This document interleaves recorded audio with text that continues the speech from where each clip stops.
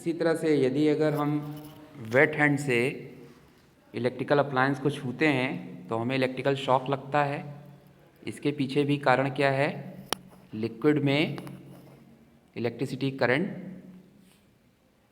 पास होता है, इसलिए हमें हमेशा ड्राई हैंड से ही इलेक्ट्रिकल गैजेट्स, अप्लायंस वगैरह को टच करना चाहिए। अब बढ़ते हैं electrical conductivity of other liquid की। Most acids and bases dissolved in water are good conductor of electricity. When salts such as sodium chloride, NaCl, common salt, and potassium iodide are heated, the molten salt thus obtained are good conductors. However, most substances that exist as a liquid at room temperature, such as alcohol and oil, are bad conductor.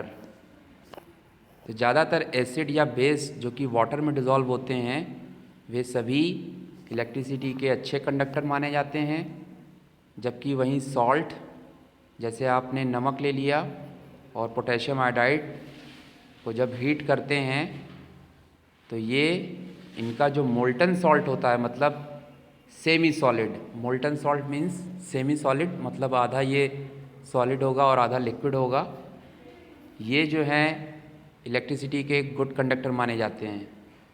फिर भी ज़्यादातर substance room temperature पे liquid में पाए जाते हैं। Example के लिए अल्कोहल और ऑयल, ये दोनों ही क्या हैं? बैड कंडक्टर हैं इलेक्ट्रिसिटी के। बढ़ते हैं नेक्स्ट पेज पे।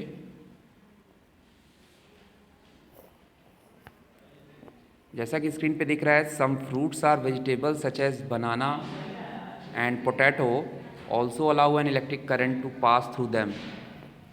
कुछ ऐसे फ्रूट और वेजिटेबल्स हैं, जैसे बनाना हो गया, पोटैटो हो गया, ये सभी इलेक्ट्रिक करंट पास करते हैं। Try it out your self.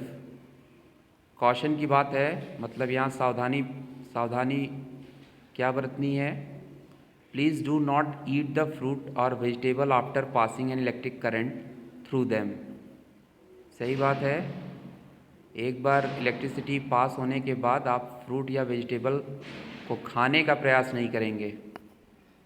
When substances such as salt, acid, bases are dissolved in water, resultant solution are fairly good conductor. और जब कोई सब्सटेंस जैसे सॉल्ट हो, एसिड हो, बेस हो, अगर ये वाटर में डिज़ोल्व होता है तो जो इसका रिजल्टेंट सोल्यूशन होगा वो फेयरली गुड कंडक्टर होगा। अब हम बात करेंगे effect of impurity on electrical conductivity of water. तो आइए देखते हैं इलेक्ट्रिकल कंडक्टिविटी वाटर पर क्या इफ़ेक्ट पड़ता है इम्प्योरिटी का। तो when impurity such as salt dissolve in water they form ion. Ion are atom or group of atom with a positive or negative charge. These ions make it possible for electric current to pass through the solution. जब कोई impurity water में dissolve होती है तो वो ions बनाती है, और आयंस क्या होता है? आयंस जो है एटम या ग्रुप ऑफ एटम का एक समूह होता है जिसमें पॉजिटिव और नेगेटिव चार्ज पाए जाते हैं, और यही आयंस इलेक्ट्रिक करंट को पास होने के लिए सॉल्यूशन में भेजे जाते हैं। Suppose we dissolve a small quantity of common salt in a pure water.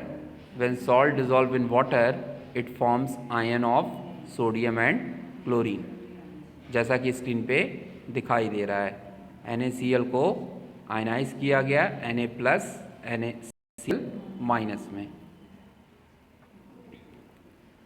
If we take this salt solution in a beaker and set it up shown in figure,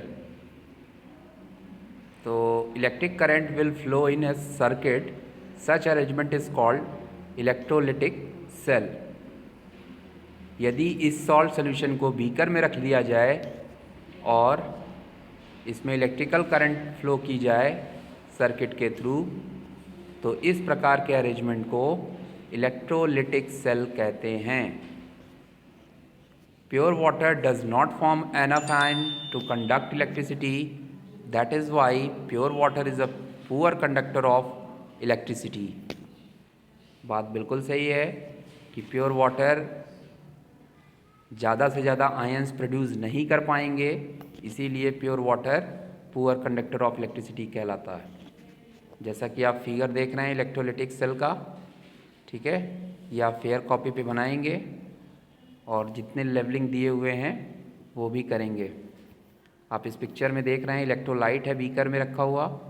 electrolyte क्या होता है? Electrolyte एक प्रकार का liquid है जिसमें electricity supply की जाती है।